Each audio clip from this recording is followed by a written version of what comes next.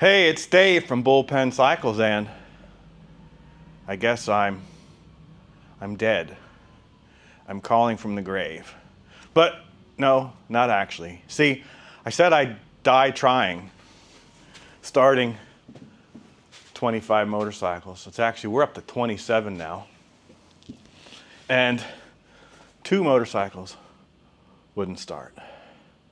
I guess that's pretty good, but I'm still here. And you'll have to guess which 2 they were.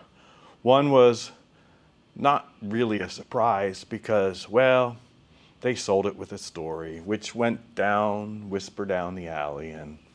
And so that one wasn't true and wouldn't start. The other one, well, I guess that was a story too, unless it's just been sitting that long. So you'll have to guess what those bikes are.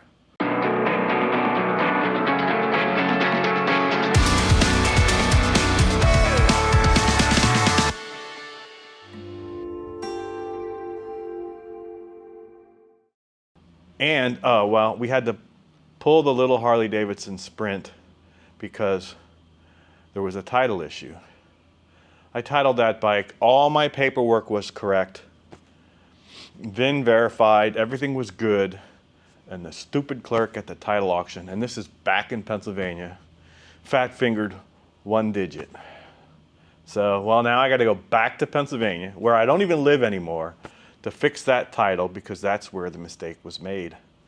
So we had to pull that. That's going to take some time. That might show up later, you know, I don't know, on an iconic bike auction or for sale, or I might just keep it. But so there's one bike that, although we got it started and it's a beautiful bike, I had to pull it. So now we're on to the Motocross the Nations and also the Vet Race of Champions at Waldo MX Park.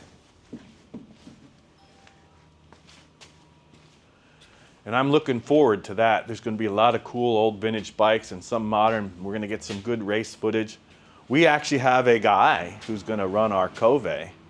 Now you saw our Kove, and we're going to see how that does in the modern class.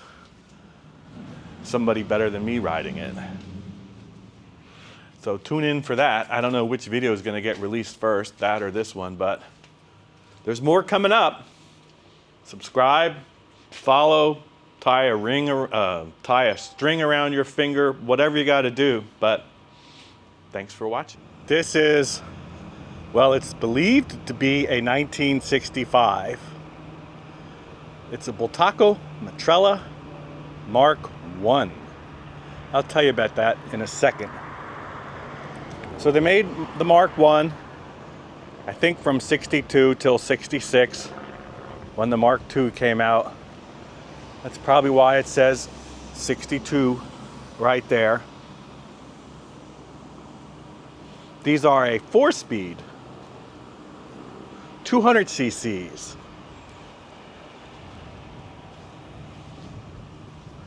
Whereas the Mark II is a 250 5-speed, totally different engine. Now the Mark II is the hot one that everybody wants. The Mark II has an enclosed chain like a Matador. But in my mind, the Mark I's are just more pleasant to ride. They don't have the hot rod, fast reputation like the Mark II had. That was a groundbreaking bike. But if you want a pleasant, all-around commuter with the looks of a Mark II, this is it. Here's your sign. And they're, well, for a while they were less expensive than the Mark II, but they made so many fewer Mark I's that, I don't know, maybe they're catching up. This one I bought out of a collection. Son was selling his father's collection, I don't know, 10 years ago. I never heard it run. I've been displaying it. I trusted the fellow. We're gonna fire it up. Ooh, what do we got here? Someone driving in on their Norton. All right, well, let's take a pause. Maybe he's here for the raffle. There's my Commando? So, you know, we're gonna pardon the interruption, because you gotta look at this Norton. This is not your run-of-the-mill Commando. This is Kevin, and he's gonna tell us about it. But I mean, first just eyeball this sucker. Look at the front Brembos, the different rotor, the different fork lowers, the starter. I don't know, is that a Mikuni flat slide on it? Two of them? They are Kian. Kian? Kian dual flat slides. He's going to tell us about it in a second, but I'm just eyeballing what I can. Look at the bling on this. Custom plates for your shifter and brake pedal and pegs.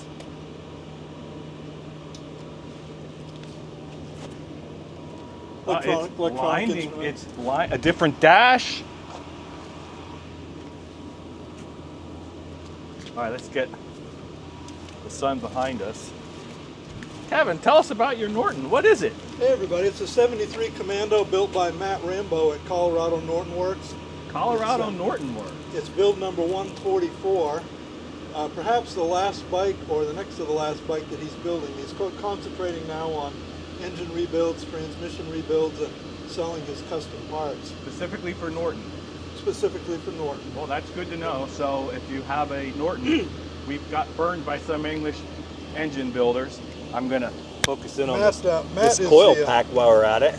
Go ahead. Matt is the absolute best, and he will contract to do pretty much whatever you need. It's got a hydraulic clutch of his design. Oh yeah, look at that. So is that what this Colorado Norton Works? Okay, I got it. Yeah, that makes his sense. Plates. And he, of course, it's got a Corbin seat. Let's get the sun behind us again. And underneath the seat, if you can see it, he puts a plate with the build number on. This is build number 144. Too bad he's not building them anymore. Look at that. That is beautiful. Look how nicely those pods fit in there with the custom Kians and the intakes. His attention to detail is... You still got to get one of them short Allens to get on the inside one. he builds his own wiring harness with aircraft grade wire. That's really sweet. He has the wheels built by Buchanan to his spec. All right, folks. Well, stop on by, like Kevin here. Enter to win a scooter. You never know what you're going to see. Thanks, Kevin. Okay, so I don't know where I was in showing you this bike before we got interrupted by a shiny Norton. So I think what I'm going to do is, I think I told you, I never heard this bike run. So we're going to see if it starts. You'll notice here, clear coat is peeling off. And this just happened a couple weeks ago. I bumped it. Must have just been tack welded or cracked. But let's see if this thing will light.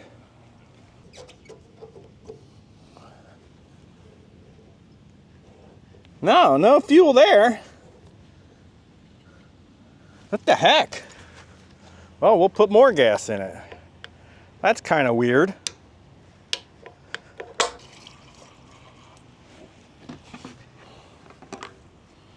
That's half a gallon.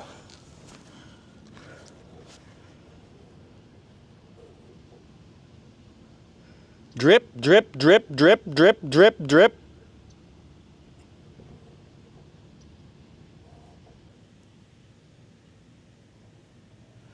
Boy, that is weird.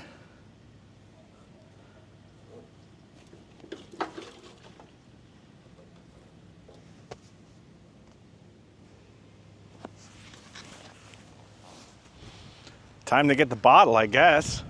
Okay, we got the IV hooked up, tucked out of the way. Any leaks?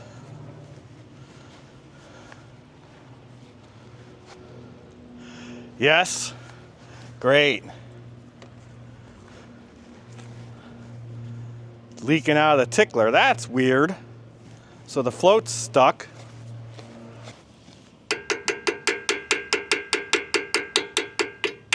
Presuming it has a float that's not hollow.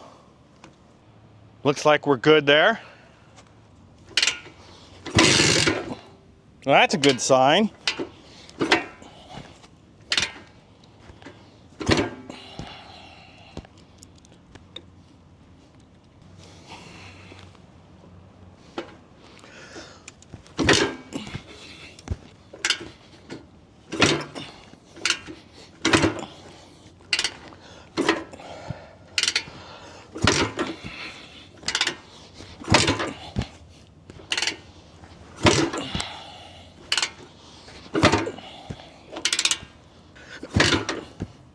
Handlebars are still loose.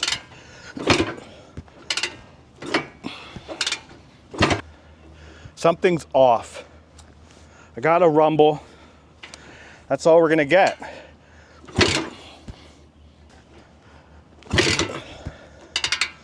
All right, so you got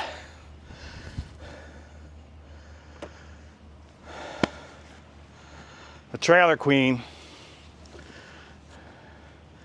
Maybe I can get to it later. We'll see. Shush. All right, so we are back at this Bultaco Matador, which wouldn't start. What I do, well, I fixed the petcocks. They had inserts inside the petcocks that were 1.5 inches or plus longer, way up into the tank. They were both plastic. I cut one down for reserve, cut the other one a little bit longer. They weren't clogged, they were clean. And I cleaned the carburetor, blew out the pilot jet. I actually took it off the bike. We'll see. First, let's see if we're getting fuel. Yeah, we got it running on this side, okay. Well, all right, so the float needle leaks a little bit. It's got the original plastic float needle. Easy enough to replace, but maybe it'll light now.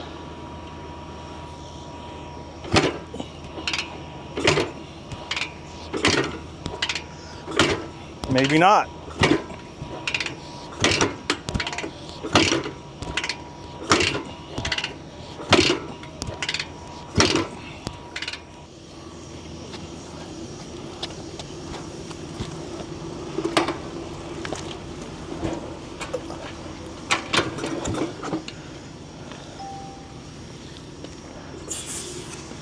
Ooh, clutch is sticking. Let's try a different gear. There's neutral.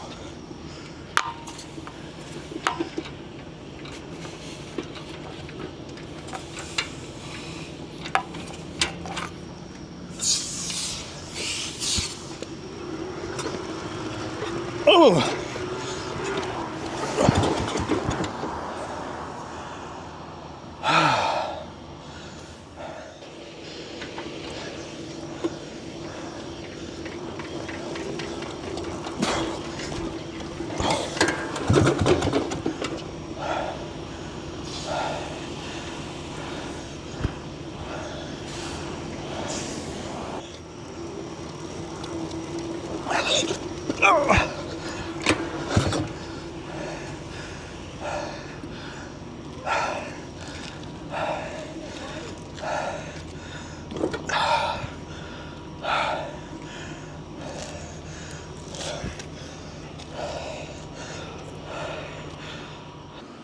We're gonna check the Matador.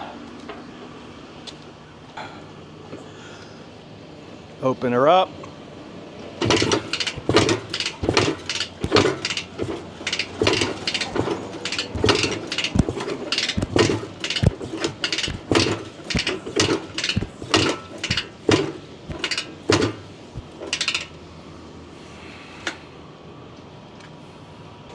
I got plenty there. What is that? 120 plus? which explains why we got a rumble out of it. So I guess the next point is to check timing. And while you're checking the timing, while you get the flywheel off, throw a crank seal in it. And this one should go. But that's all I can say. This is a 1983 Moto Guzzi Le Mans 3. Now they made a 1, 2, 3, and 4. I think the 4 is a 1000. I think even later they might have made an 1100. Now I understand the 1 and 3 are the desirable ones. Mostly because they are the prettiest. This is the last of the 850 Le Manses, and the first year that they had the square barrels.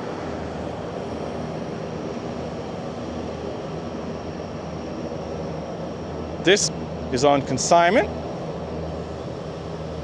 My friend Steve bought this from yet another acquaintance in Pennsylvania a couple years back, and he never rode it. It wasn't running at the time. It's running quite well now. It was, you know, just sitting, gummed up fuel, all that kind of stuff. So they went through the carburetors. They're all cleaned and synced, and we're gonna fire this thing up in a minute. The pipes, the open slip-on mufflers are not stock.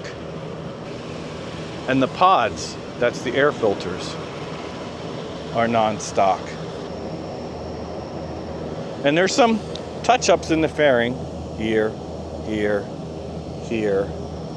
Some clear coat missing there. Some touch-ups and dings there on the front forks.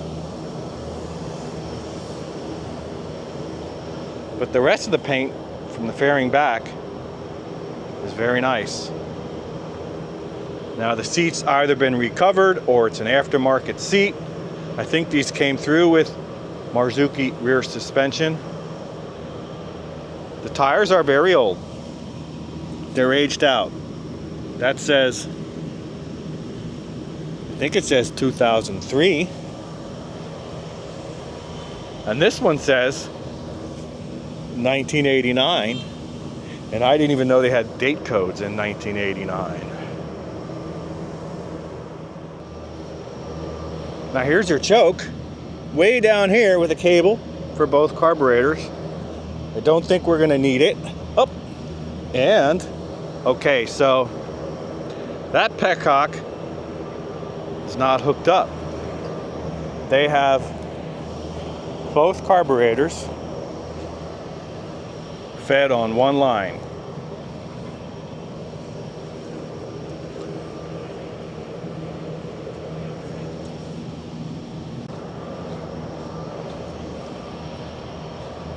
Let's hear this bad boy.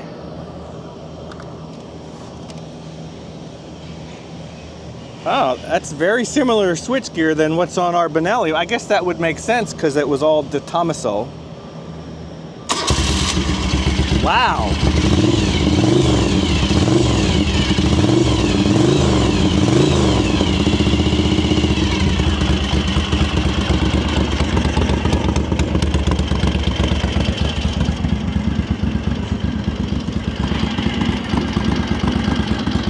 Now the owner's not here to ride the bike, but I've seen him ride it. No issues.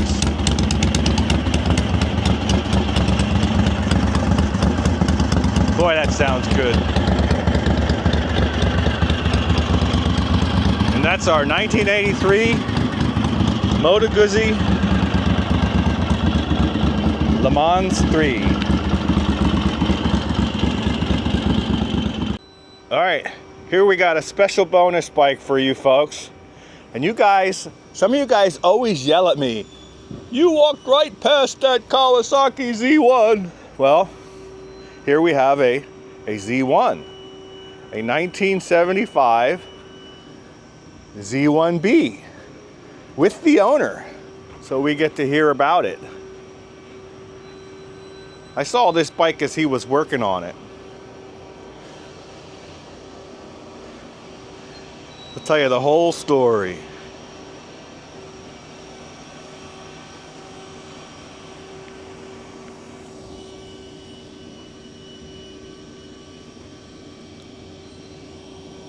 He had this thing down to the frame, but I'll let him tell you. Here's the VIN. 761171.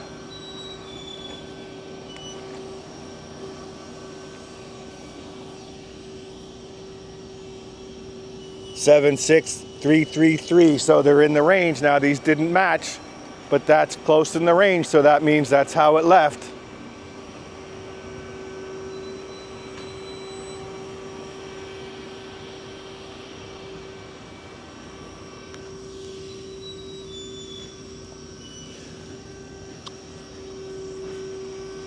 All right, Rick, tell us about your bike. You said this was a local bike. Yeah, the bike came locally from Daytona. It's a local Daytona bike. And came off a friend of mine who's a Kawasaki guy. And he put me onto the bike. And it was in pieces, to say the least. The owner had taken it to pieces many, many years ago and completely. So it was a bike in a lost box. interest. So it was a bike in a box. That was disassembled, I think you said like 20 years ago? Yeah, way back. Which is why the mileage is so low. Oh, I didn't get to see that. It's only done 20,000 miles, you know, so it's quite low, really. And so that's actual miles. Does it say actual or exempt on the title? Do you remember? Well, I can't remember, but it is actual miles. Okay. It came from a reputable source. So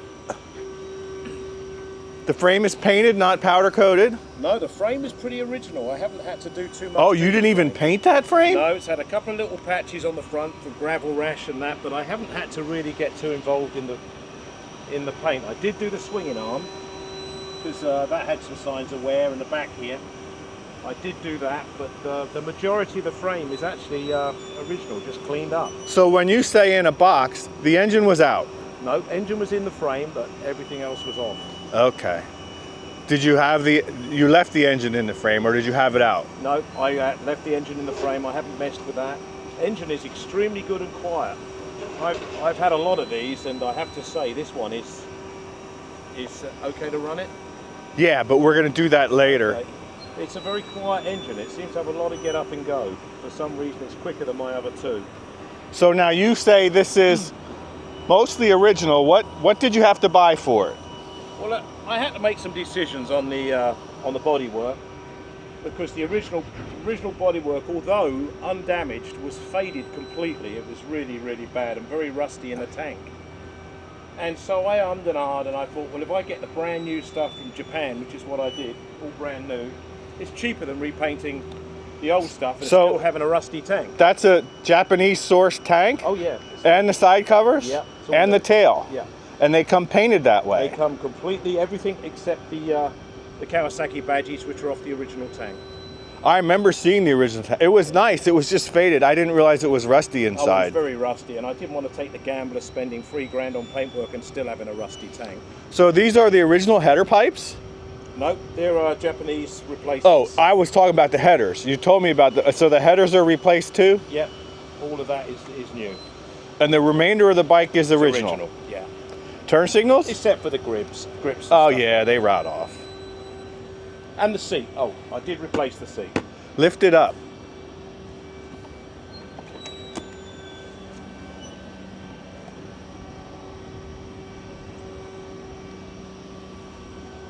It's got the little tray in the back here with a book. Still got its... Did the book come with the bike? Yeah. Look at that. Well, let's fire this thing up.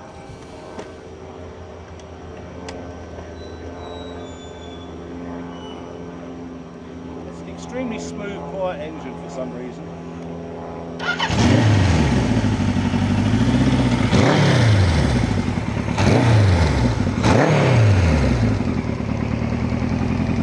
Do that again. I'm liking that. Well, let's see you go down the road.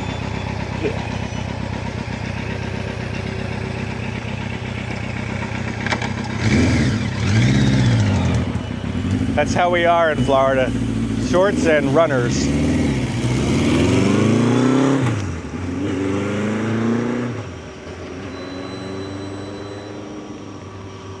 Oh, that's pretty dang nice.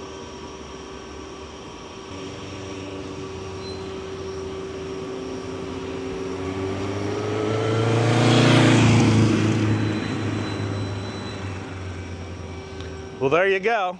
This is a 2024 Kove 250 MX. It's one of the first ones that got shipped over.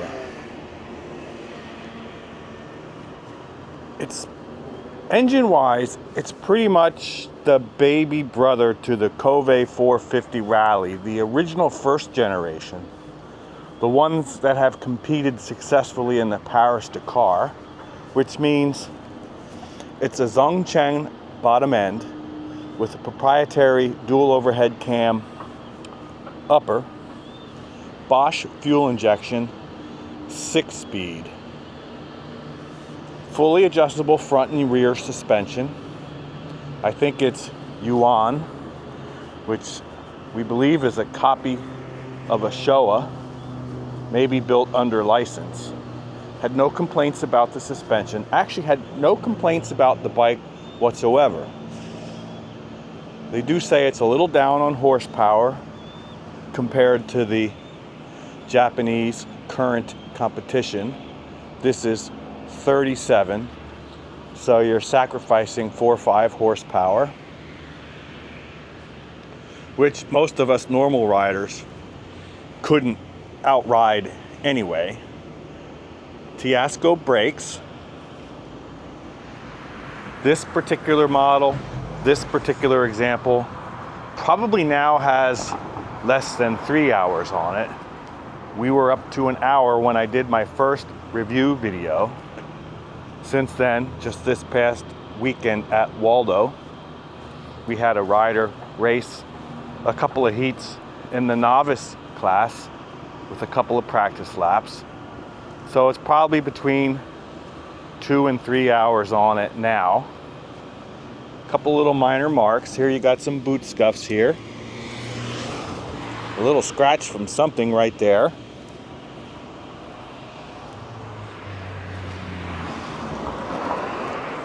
Boot scuff right here. And see this? That just happened. It fell over on the damn stand.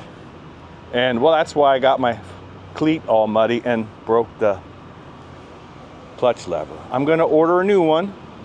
If it's not here in time for the auction, and I think it will be, but if it's not, I'll drop ship it to you. That way this bike will be, it's basically a new bike. It's on the MSO. You can call it a demo. There's not a thing wrong with it. A little bit of marking there on the decal. But look, still very clean. Novice ridden, so it's broken in.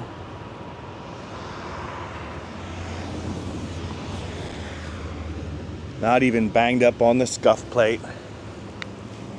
Want to hear a fire?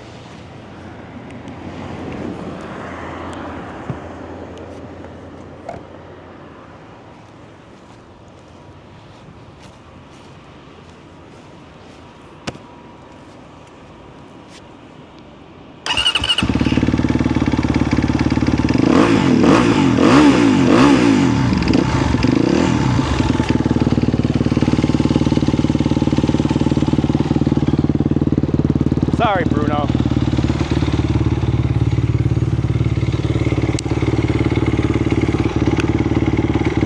No complaints whatsoever. The quality is actually very good.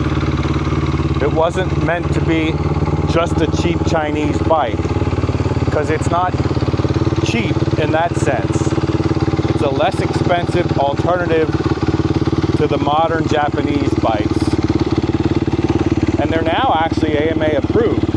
as of 2025.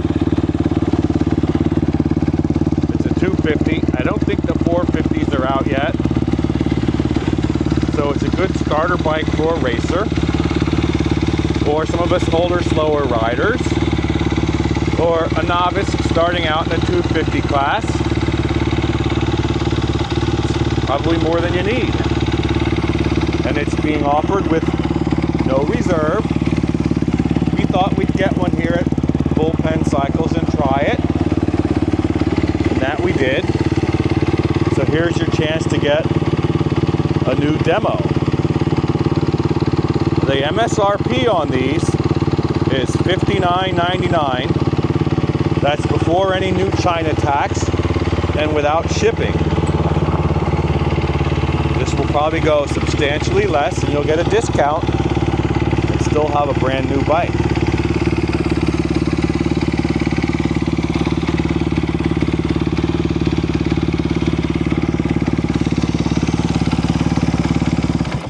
Okay, this is a 74 Bultaco 250 Pursang, model 120. You know, I guess it's a combination of original and restored. It still has Spanish Pirellis, front and rear, which is kind of weird. Rims are nice and straight. I think it's a powder coated frame. PB 120-01006.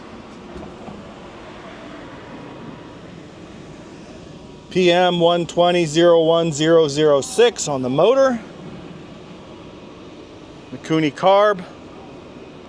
That's a billet engineering aftermarket pipe. They were actually dyno tuned for this engine. It's sort of an item. Telesco forks. And you know, I first thought maybe these were painted. The repops are white. The original ones were kind of gray like this. So now I don't know if those are original fenders or they were really good at getting them close to the original gray. Bultaco, Bultaco, Bultaco, Bultaco, Bultaco, Bultaco. A lot of the right bolts. Bultaco, Bultaco, Bultaco. This is actually a pretty nice bike. We'll flip it around and show you the other side. And then we'll light it up. I ran some practice laps on this with the Sunshine Vintage MX Club. That's why it's a little dirty. It's not perfect. There you see the front hub stay is kind of rusty. The anchor rims are nice and straight. The hubs are clean. I'm guessing they had replaced those spokes. It can't possibly be that clean.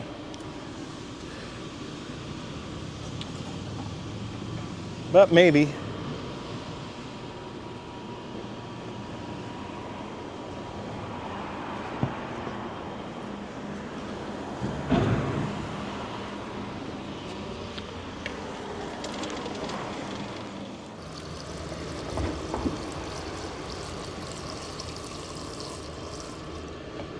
Are we pissing all over the floor yet?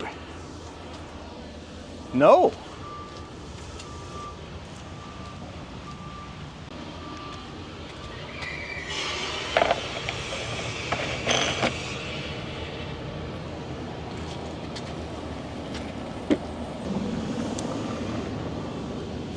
Well, now we are.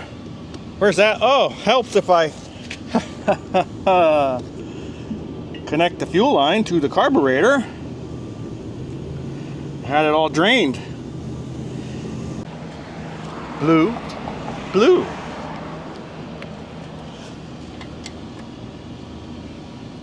All right, I guess we should be good.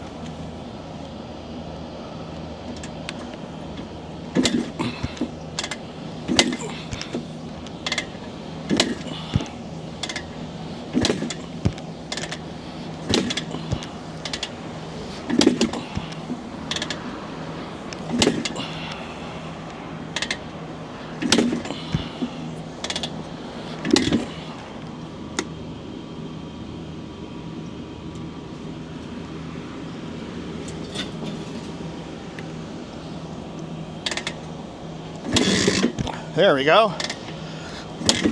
Almost.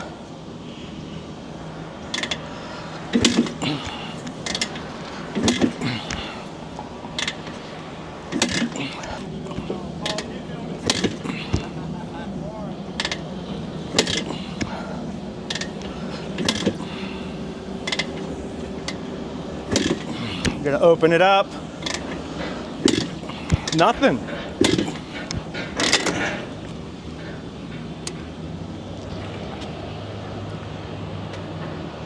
Now this thing used to be a fine bike, and it wasn't that long ago that I ran it.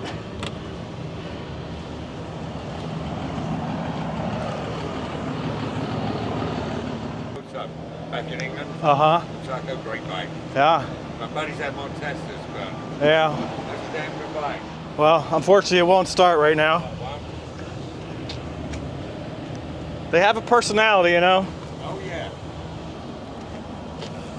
All right, we try a fresh plug. See if it's gonna go.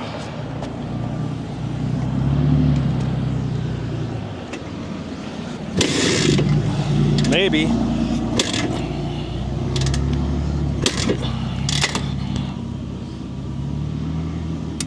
I don't know if I should choke it or not. That first plug was pretty wet.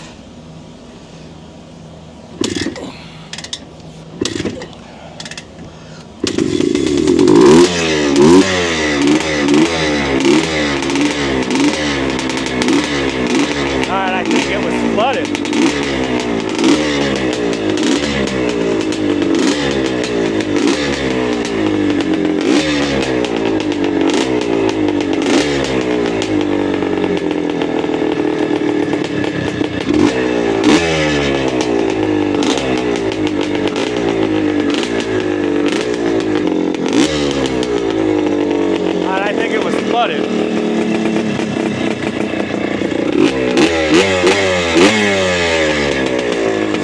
Been a good, reliable bike. Actually, one of my favorites.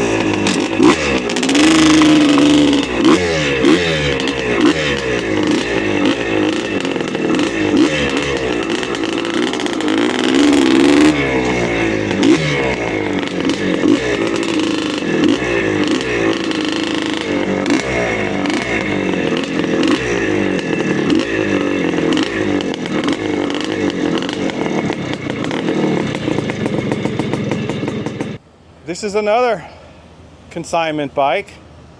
You've actually seen this bike once before. I think I reviewed this bike before you bought it, didn't I? Of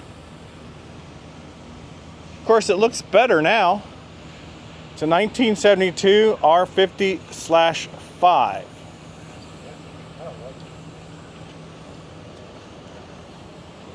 Now this is a 4-speed bike. It's a 500cc 4-speed. It's got an older Italian Pirelli on the front. And this is cool because this tire is from Sears with a 2015 date code. So less than 10 years ago, Sears was still selling Carlisle tires at your Sears auto store. And now they're gone.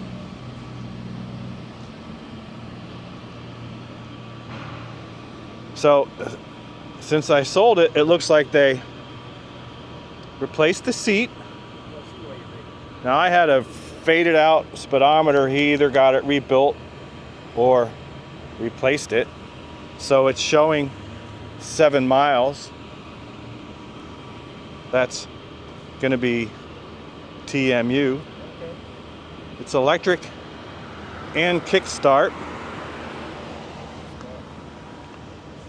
We got a frame number here, 2905017. And she's smiling. Matching down here, 2905017. And Beamers have numbers on 3 places. There's going to be a number on this tag.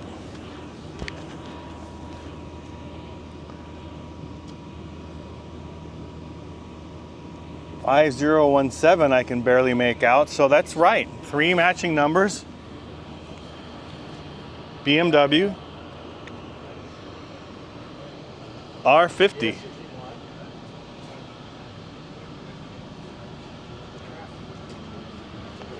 With no obvious faults other than some patina.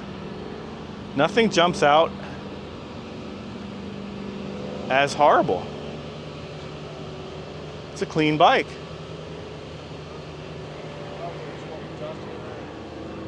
Now, one thing we know that I'm going to disclose, when it sits on a side stand like this, a lot of time the oil will run to the left cylinder. So I normally put a block so they're parked straight up, or that might drip if it sits a while. Here, you even got your air pump. This is going to be offered with the reserve by the owner.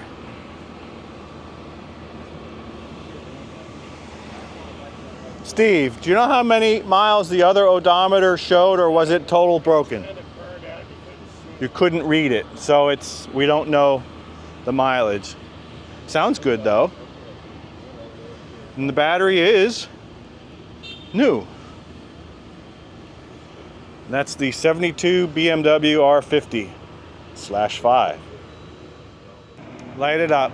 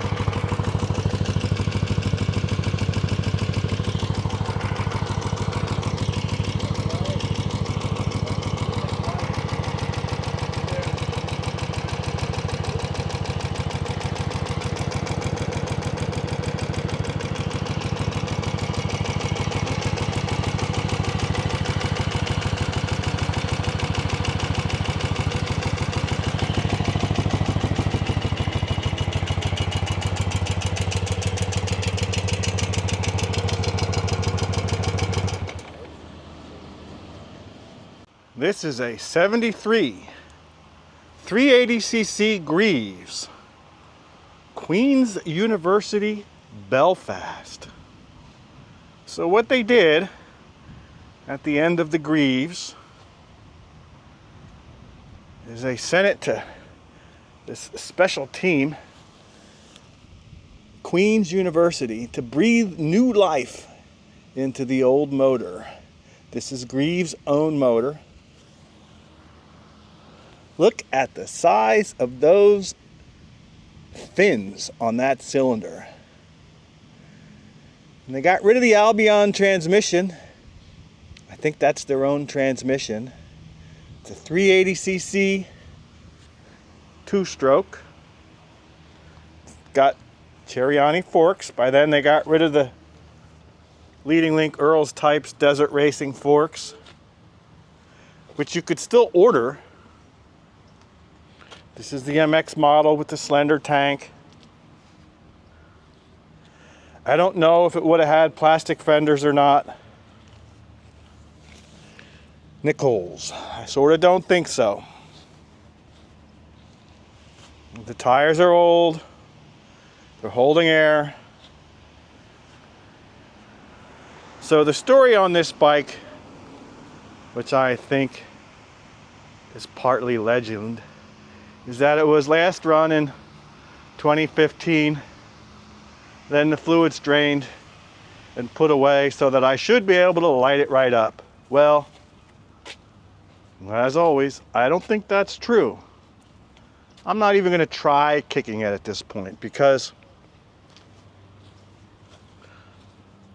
Look in the tank. It's full of varnish. Yeah, it's fiberglass. It's not going to rust. But you got to wash that stuff out. I thought, okay, I'll put it on the bottle.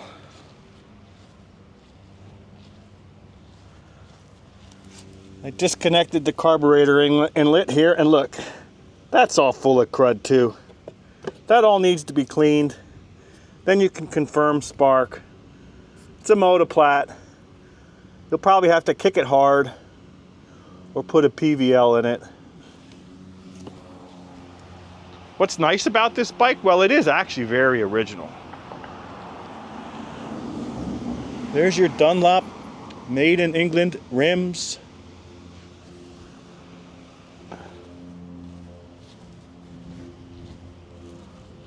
Front and rear. 63C182, December 1972. Manufactured by Greeves Motorcycles, England. And you know what? That's just cool to have that tag. So, I'm not gonna even try to start it at this point.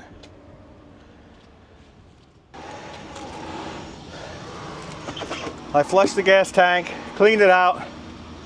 It may have some remnant of an old coating in the bottom. Most of it came out.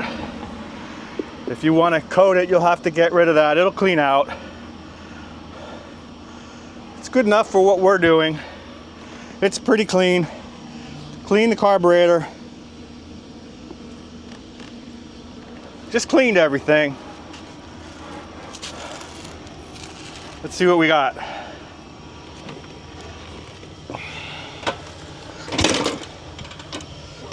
Oh, wow, that's hard.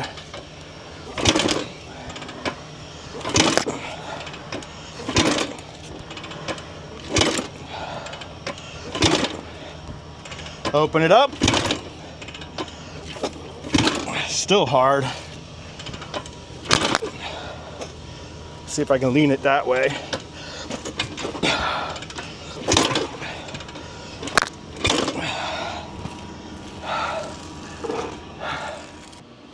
So what we're gonna do now, we're not quite giving up yet. We're gonna do a compression test on it. We know we have spark. We should be getting fuel. Let's look at the plug. The plug is wet. Not overly so.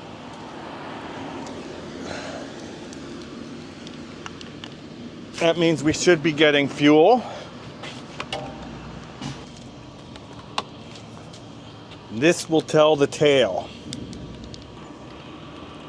If it's good, maybe we'll try the roller starter.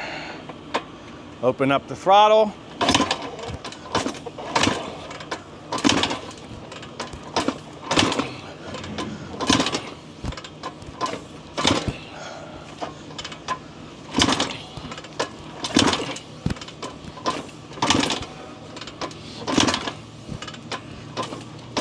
And it's low.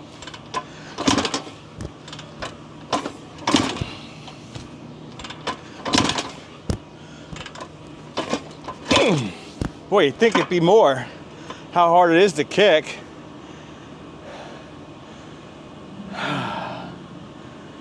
What is that, like 75?